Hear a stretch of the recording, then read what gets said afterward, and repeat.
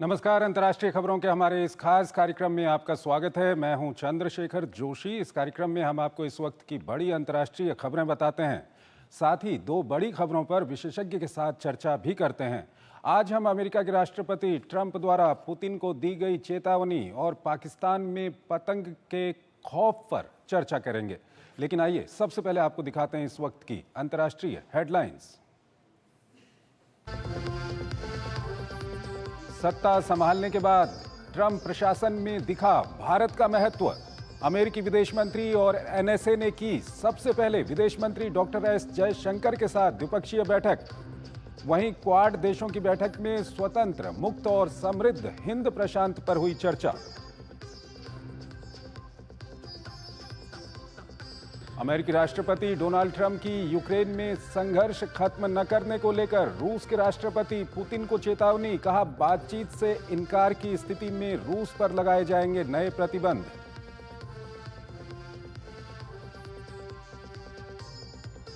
Donald Trump की tariff धमकियों के बाद फ्रांस के राष्ट्रपति इमैनुअल मैक्रों और जर्मन चांसलर ओलाफ शोल्ज ने पेरिस में की बैठक। मैक्रों ने यूरोप की एकजुटता और संप्रभुता पर दिया बल। वहीं शोल्ज ने ट्रंप के कार्यकाल को यूरोप के लिए बताया चुनौतीपूर्ण।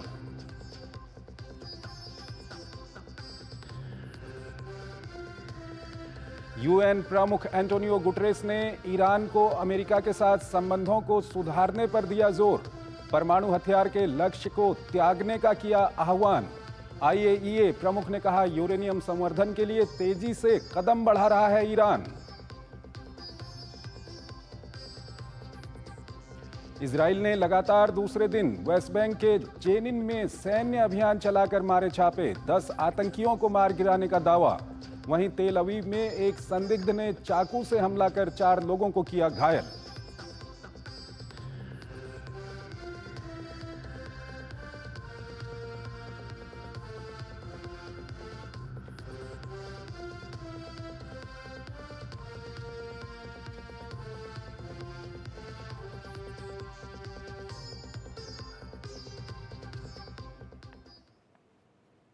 और आइए पहली बड़ी खबर की ओर आपको लिए चलते हैं। अमेरिका के नवनियुक्त राष्ट्रपति डोनाल्ड ट्रंप ने रूस यूक्रेन युद्ध को लेकर महत्वपूर्ण बयान दिया है।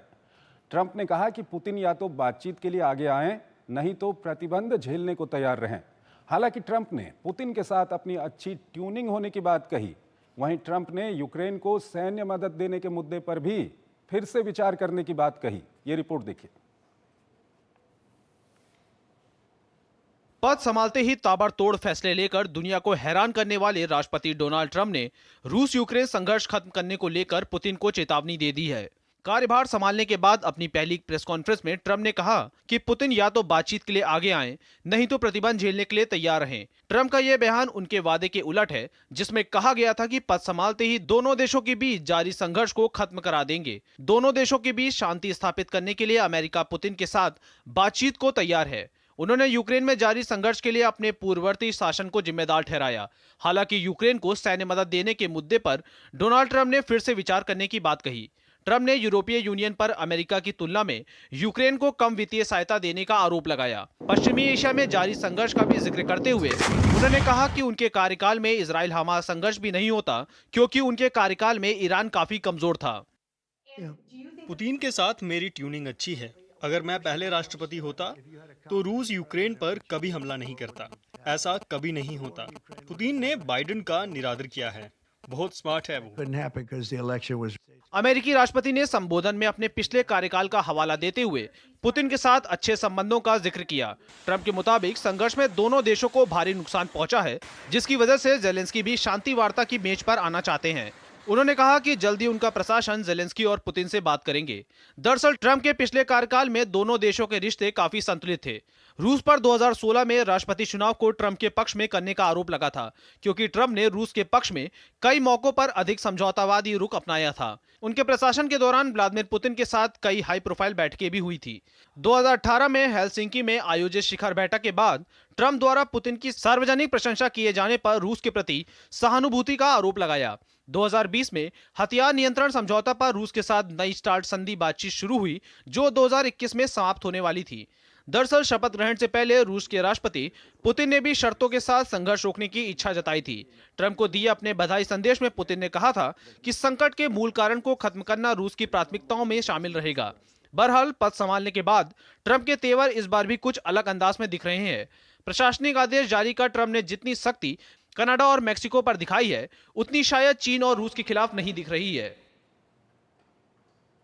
और इस खबर पर बातचीत करने के लिए हमारे साथ मौजूद हैं भूतपूर्व वरिष्ठ राजनयिक प्रभुदयाल हमारे साथ मौजूद हैं। प्रभुदयाल जी, बहुत बहुत स्वागत है हमारे इस कार्यक्रम में आपका। पहला सवाल जो आपके सामने मैं रखने जा रहा हूं, कुछ दिनों पहले जब ये बातचीत की बात हुई थी, ट्रंप टीम की ओर से कहा गया था कि डोनाल्ड ट्रंप मुलाकात करने के लिए तैयार हैं रूस के राष्ट्रपति व्लादिमीर पुतिन के साथ, और वहीं क्रेमलिन की ओर से भी कहा गया था कि वो भी मुलाकात करने के लिए तैयार हैं। और इस सब के बीच ट्रंप की ओर से ये बयान देना कि अगर आप बातचीत नहीं करते तो आपके ऊपर और ज़्यादा सैंक्शंस लगाए जाएंगे। किस तरह से इस बयान को देखते हैं आप?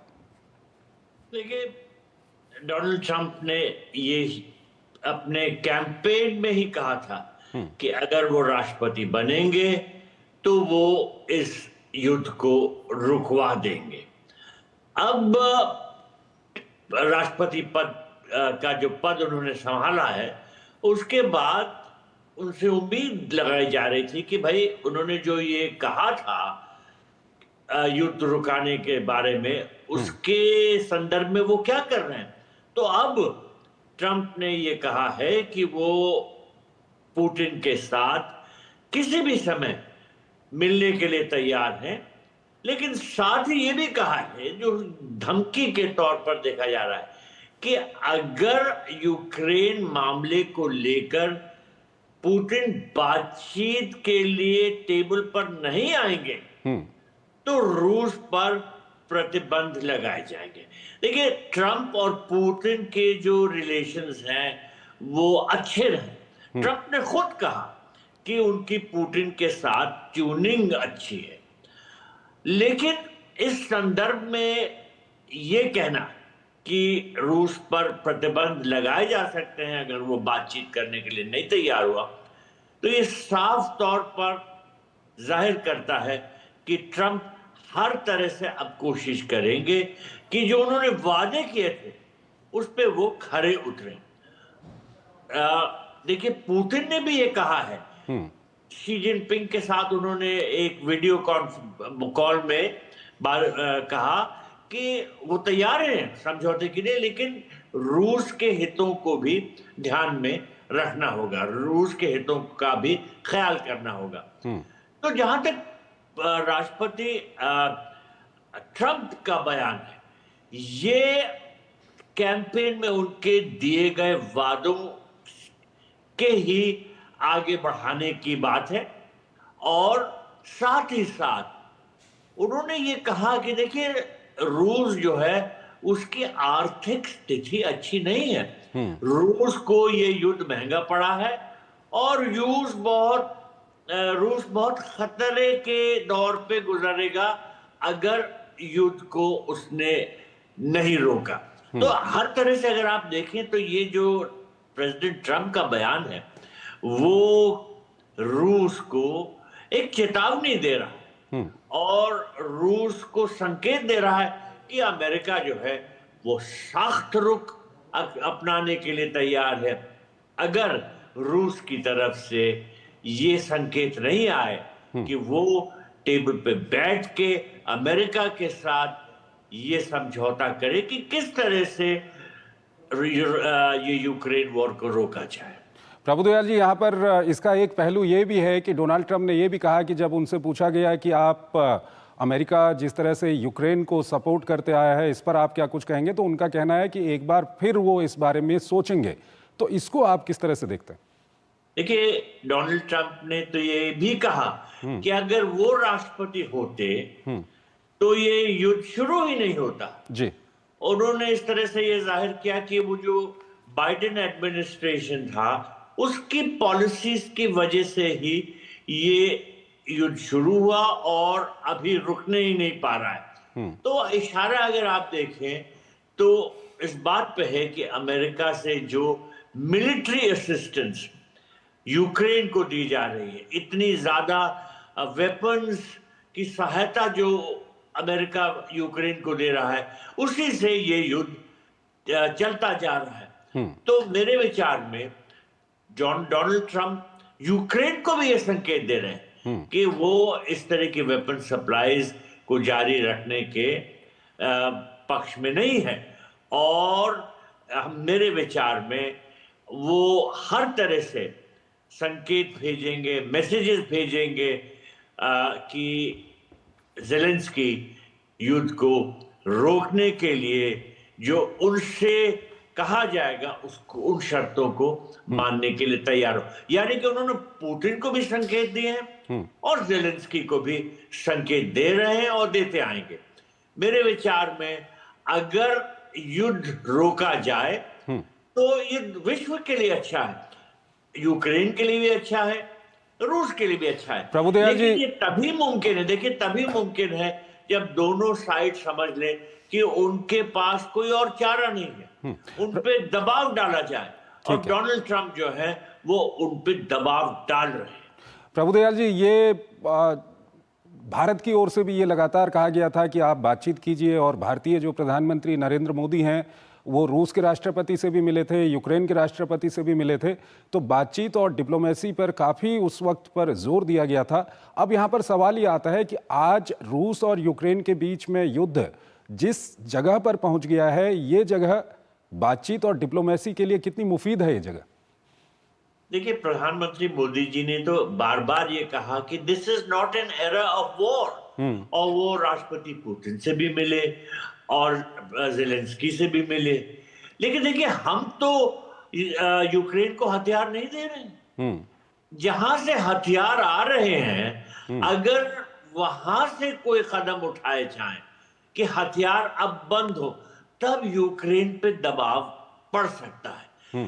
दोनों साइड्स पर अगर कोई दबाव डाल सकता है तो वो यूनाइटेड स्टेट्स ऑफ अमेरिका है। यूनाइटेड स्टेट्स से सबसे ज्यादा हथियार गए हैं यूक्रेन को, और साथ ही साथ यूनाइटेड स्टेट्स इतनी शक्ति रखता है कि रशिया पे भी दबाव डाल सकता है कि सैंक्शंस लगाएगा या कुछ और कदम उठाएगा जिसकी वजह से रूस को और नुकसान होगा। देखिए, रूस इस युद्ध से काफी नुकसान झेल चुका है जी। और अगर अमेरिका सैंक्शंस लगाता है जैसा ट्रंप ने कहा, तो उसकी वजह से रूस पे जो संकट है और बढ़ सकता है।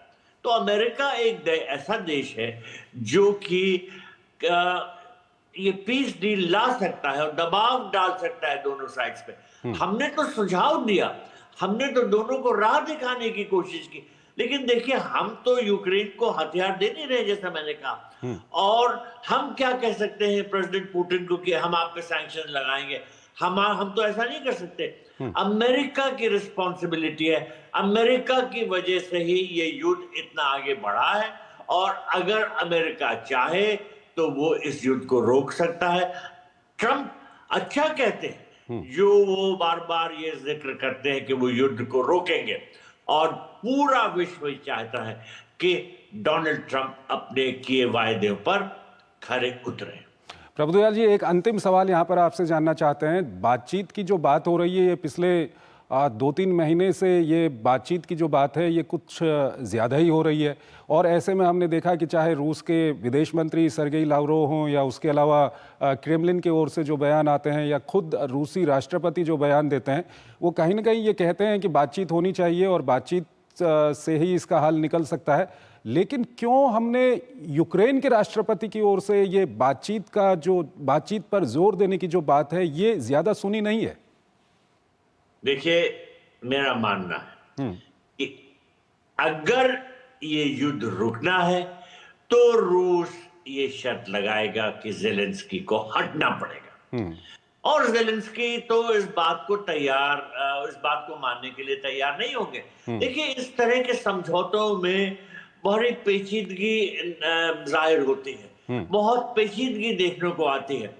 रूस ये जाहिर करेगा अपनी बातचीत में, अगर डोनाल्ड ट्रंप के साथ हुई, कि भाई ज़ेलेंस्की जिम्मेदार है इस लड़ाई को इतने बढ़ाने के लिए, ज़ेलेंस्की को हटना पड़ेगा। तो कुछ शर्तें रूस की माननी होगी, कुछ शर्तें जो हैं वो रूस की मनमानी होगी। मतलब दोनों तरफ को शर्तें माननी होगी। वो डिप्लोमेसी होती है, गिव एंड टेक। अब रूस ये चाहेगा कि जो क्रीमिया है उसके ही कब्जे में रहे, जो ईस्टर्न प्रोविंसेस हैं जिसपे उन्होंने कब्जा किया हुआ वो उनके पास रहे।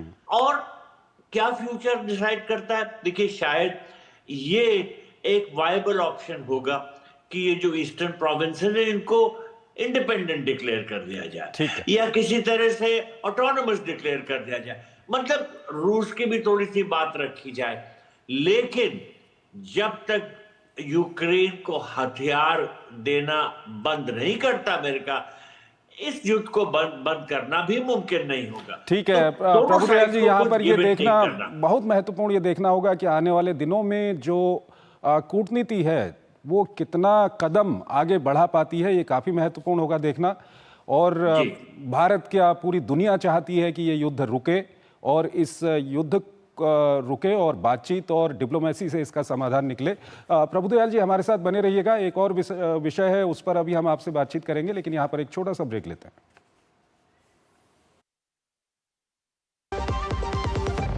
खाने में कोई स्वाद नहीं है। अरे किफायती लाल सस्ते वाले दाल मसाले स्वाद हुआ बेकार। इधर कीमती लाल को देखो खाना बना कमाल। MDH की हल्दी मिर्ची धनिया करे कमाल। ये रंग दे, ये खुशबू दे, ये तीखा, ये कम पड़े। क्या निराला MDH मसाला।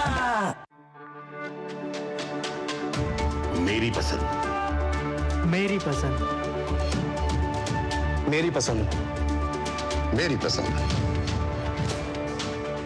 हमारी पसंद, हम सबकी पसंद। मजबूत देश का मजबूत सरिया हो गया स्टील।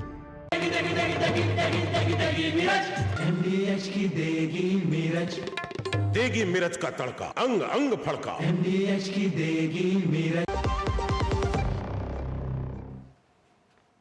स्वागत है आपका ब्रेक के बाद। अगली खबर पाकिस्तान से है और ये खबर काफी चौंकाने वाली खबर है कि पाकिस्तान में पतंगबाजी के खिलाफ फतवा जारी किया गया है। न सिर्फ पतंगबाजी बल्कि कुछ और भी मुद्दे हैं जिनके खिलाफ फतवा जारी किया गया है। एक रिपोर्ट आपको दिखाते हैं। पाकिस्तान अपने अजीबोगरीब फैसलों के लिए दुनिया भर में हमेशा चर्चा का विषय बना रहता है।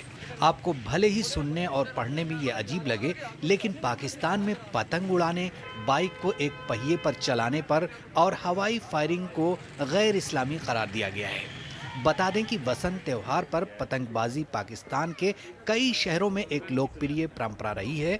लोग इस त्योहार को पतंग उड़ाकर मनाते हैं।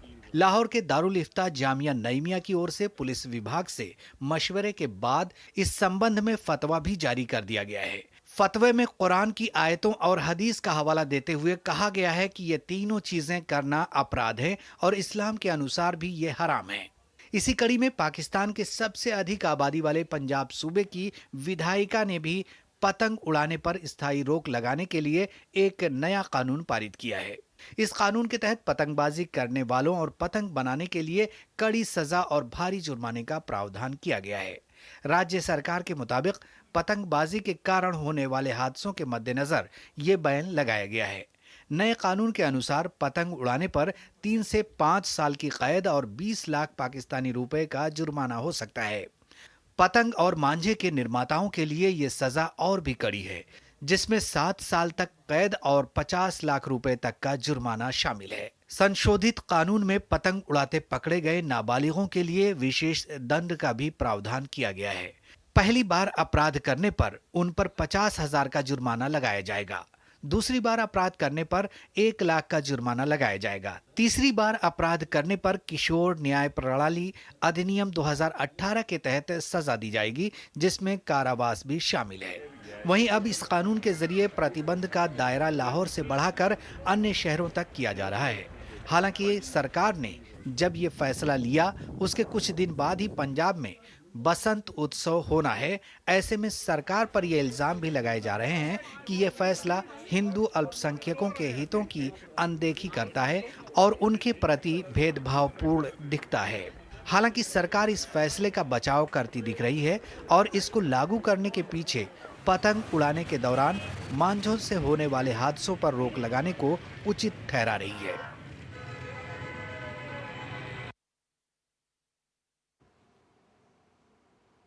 प्रभुदयाल जी हमारे साथ जुड़े हुए हैं, वरिष्ठ राजनयिक हैं, पूर्व वरिष्ठ राजनयिक हैं, उनसे हम बातचीत करेंगे। प्रभुदयाल जी, ये जो खबर पाकिस्तान से आ रही है पतंगबाजी के ऊपर, उन्होंने कहा कि ये इस्लाम के खिलाफ है, उस पर भी वो रोक लगा रहे हैं, क्या आपकी प्रतिक्रिया है इस पर?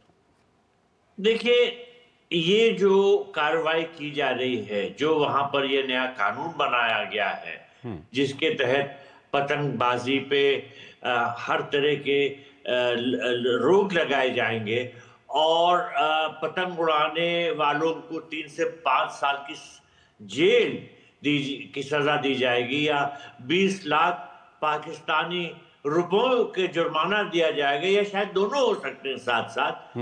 तो इसकी टाइमिंग बहुत महत्वपूर्ण है। देखिए, बसंत के लिए अब 2 हफ्ते भी नहीं रह गए, 10-12 दिन रह गए। तो ऐसे समय पर इस तरह का कानून लाना क्या संकेत देता है? जो बसंत का त्योहार है उसका स्वागत तो हिंदू समुदाय करता है, न सिर्फ भारत में भी बट पाकिस्तान में भी। देखिए, मैं तो पाकिस्तान में 3.5 साल रह चुका हूं जी। मैंने देखा है अपनी आंखों से कि किस तरह से हिंदू समुदाय वहां पर अपने ट्रेडिशंस, जो पुरानी परंपराएं हैं, उनका पालन करता है। तो पतंगबाजी जो है वो बसंत का स्वागत करने का एक तरीका होता है, और इस पे इस तरह की कड़ी पाबंदी लगाना हिंदू समुदाय के एक बड़े पारंपरिक जो उनका रिवाज है उस पे पाबंदी लगाना है। तो मेरे विचार में जो बहुत कुछ मैंने खुद देखा था पाकिस्तान में अपनी पोस्टिंग में, और जो होता रहा है कि हिंदू समुदाय पर किसी ना किसी तरह से रोक लगाई जाती है, वो ये भी कानून जो पास किया गया है उसी दायरे में उसको देखना चाहिए, क्योंकि इसका असर सबसे ज्यादा जो वहां पर हिंदू समुदाय के लोग हैं उन्हीं पर पड़ेगा। प्रभुदयाल जी, आपसे अगला सवाल ये जानना चाहेंगे कि पिछले कुछ सालों का पाकिस्तान से काफ़ी ऐसी खबरें आती थी जिसमें ये दिखाया जाता था कि वहाँ पर जो अल्पसंख्यक समुदाय है, खासकर जो अल्पसंख्यक हिंदू हैं, उनके खिलाफ काफ़ी अत्याचार होते हैं। लेकिन पिछले कुछ अरसे से इस तरह की खबरें हम तक नहीं पहुँची थीं, और अब ये फिर इस तरह की खबरें आ रही हैं। क्यों ऐसा हो रहा है कि इसी सरकार के दौरान में और इसी वक्त पे ये इस तरह की खबरें फिर आने लगी हैं? देखिए, ये बात किसी से छुपी नहीं है, क्योंकि जो यूनाइटेड नेशंस है उसने भी अपनी कई रिपोर्ट्स में, जो यूनाइटेड नेशंस की minority rights, religious minority rights की जो रिपोर्ट्स हैं, उन सब में ये कहा गया है कि हिंदूज पर पाकिस्तान में तरह तरह की पाबंदियां लगाई जा रही हैं, और उनको ये जो हक हैं वो नहीं दिए जा रहे हैं, उनसे ऐसे हक छीने जा रहे हैं कि वो अपनी जो ट्रेडिशंस हैं, अपनी परंपराएं हैं, उस पे काम करते रहें और उनको मानते रहें। तो अब जो हम देख रहे हैं कि ज्यादा इसमें बढ़ाव नजर आ रहा है। देखिए, पतंग उड़ाने पे लगाम लगाना, उस पे 3 से 5 साल की सजा देना या 20 लाख रुपए का जो जुर्माना देना, ये तो एक्सट्रीम स्टेप है, और ये दर्शाता है कि किसी तरह के भी हिंदू ट्रेडिशन को वहां की सरकार मानने को नहीं तैयार है। और इस बात से हमें ये देख लेना चाहिए, जान लेना चाहिए कि जो वहां की हुकूमत है वो बिल्कुल इनटॉलरेंट है। वो किसी भी तरह से माइनॉरिटी, जो रिलीजियस माइनॉरिटीज हैं, उनको राइट्स देने के पक्ष में नहीं है। और अगर वो ये सोचते हैं कि इससे अगर भारत को नाराजगी होती है तो हमें क्या परवाह। लेकिन लेने के बात यह है कि दुनिया को इस बात पे गौर करना होगा कि क्या इस तरह के जो कदम पाकिस्तान उठा रहा है, क्या वो जायज है? अगर वो कहते हैं कि इससे खतरे पैदा होते हैं, तो जैसे उन्होंने कहा कि कुछ खतरनाक मंजे वगैरह होते हैं जिसमें शीशे लगे होते हैं, जिससे लोगों को नुकसान होता है, वैसी चीजों पर रोक लगा दे। लेकिन पूरी तरह से पतंगबाजी रोकना बसंत के 12 दिन पहले, ये तो एक रिलीजियस टाइप ऑफ बैन है, क्योंकि इसमें भी प्रभुदयाल जी हम देख रहे हैं कि पहले पुलिस की ओर से एक मशवरा जारी किया जाता है, फिर उसके बाद फतवे यहाँ पर जारी किए जा रहे हैं। तो ये क्या कहेंगे आप, कहीं ना कहीं जो कट्टरपंथी ताकतें हैं वहाँ पर वो और ज्यादा मजबूत हो रही हैं इस रिजीम में? जी बिल्कुल। फतवे कौन जारी करता है? वो वहाँ के जो रिलीजियस अथॉरिटीज हैं।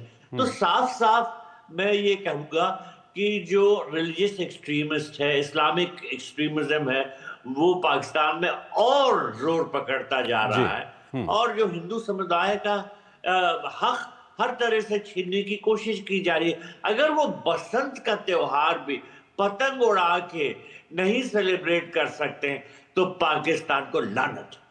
ठीक है प्रभुदयाल जी, बहुत बहुत शुक्रिया आपका। आपने इन दोनों विषयों पर बहुत महत्वपूर्ण जानकारियां हमारे दर्शकों के सामने रखी। बहुत बहुत आपका शुक्रिया।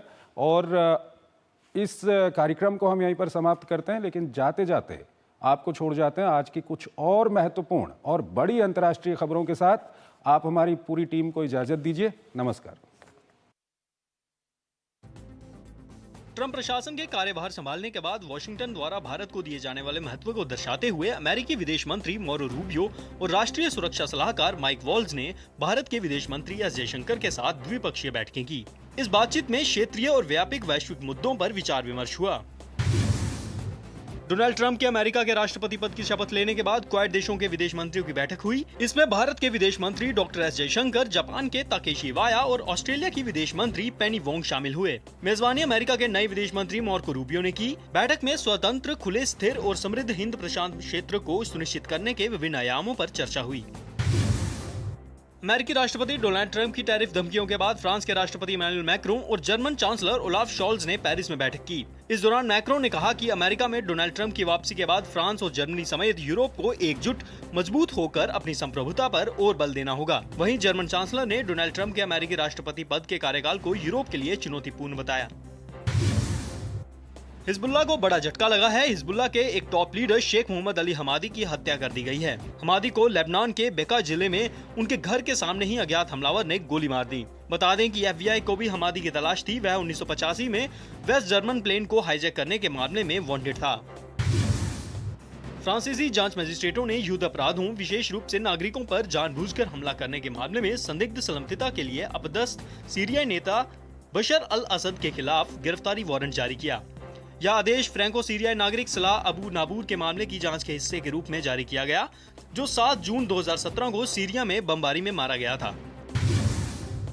इजराइल ने लगातार दूसरे दिन वेस्ट बैंक के जेनिन में सैन्य अभियान चलाकर छापे मारे हैं।